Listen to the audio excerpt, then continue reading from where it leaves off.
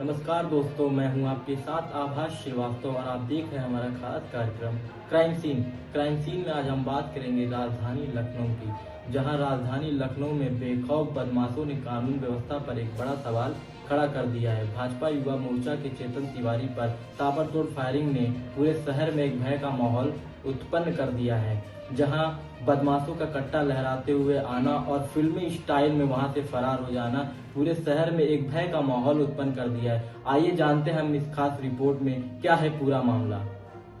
भाजपा नेता चेतन तिवारी पर उनके ही घर के बाहर ताबड़तोड़ फायरिंग से इलाके में दहशत फैल गई। राजधानी लखनऊ से जुड़ी एक ऐसी सनसनीखेज वारदात जिसने कानून व्यवस्था पर बड़े सवाल खड़े कर दिए हैं। दिन दहाड़े घर के बाहर खड़े एक युवा नेता पर ताबड़तोड़ फायरिंग और फिर हमलावर मौके से फरार। जी हां, भारतीय जनता युवा मोर्चा के नेता चेतन तिवारी को निशाना बनाकर जिस तरह से इस हमले को अंजाम दिया गया, उसने पूरे इलाके में दहशत फैला दी।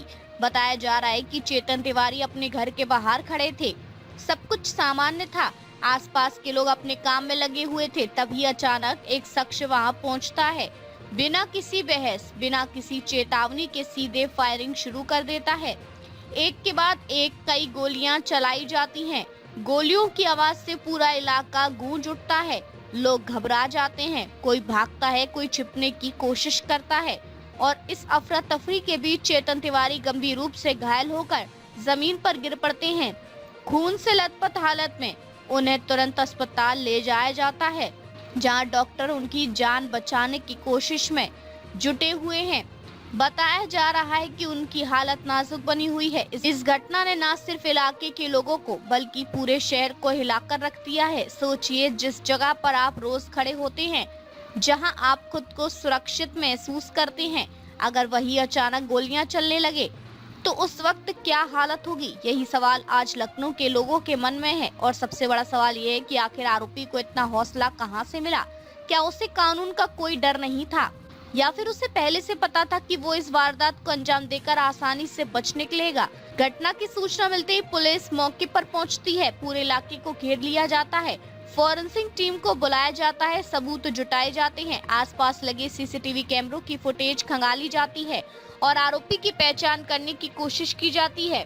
पुलिस का कहना है कि इस मामले की जांच के लिए कई टीमें गठित की गई हैं और जल्दी आरोपी को गिरफ्तार कर लिया जाएगा, लेकिन अब तक हमलावर फरार हैं और यही बात पुलिस की कार्यशैली पर सवाल खड़े करती है।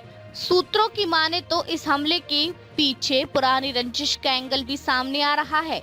बताया जा रहा है कि चेतन तिवारी पहले भी कुछ विवादों में रह चुके हैं। हालांकि पुलिस हर एंगल से जांच कर रही है, चाहे वो निजी दुश्मनी हो या फिर कोई राजनीतिक साजिश, लेकिन जब तक आरोपी पकड़ा नहीं जाता तब तक ये सारे सवाल अधूरे ही रहेंगे।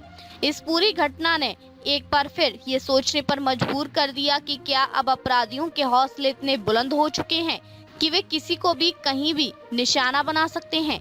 क्या कानून का डर खत्म हो चुका है, या फिर सिस्टम में कहीं न कहीं ऐसी खामियां हैं जिनका फायदा उठाकर अपराधी खुलेआम वारदात को अंजाम दे रहे हैं? ये सिर्फ एक व्यक्ति पर हमला नहीं है, ये पूरे सिस्टम पर सवाल है। ये उस सुरक्षा व्यवस्था पर सवाल है जो आम लोगों को सुरक्षित रखने का दावा करती है।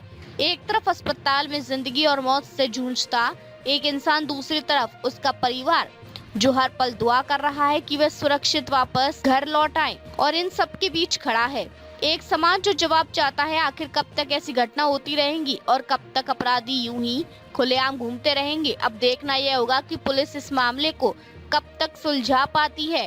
क्या आरोपी जल्द गिरफ्तार होगा या फिर यह मामला समय के साथ ठंडा पड़ जाएगा और फाइलों में दबकर रह जाएगा? लेकिन फिलहाल पुलिस की इस घटना ने एक बार फिर ये साबित कर दिया है कि खतरा कहीं भी हो सकता है और सतर्क रहना ही सबसे बड़ा बचाव है।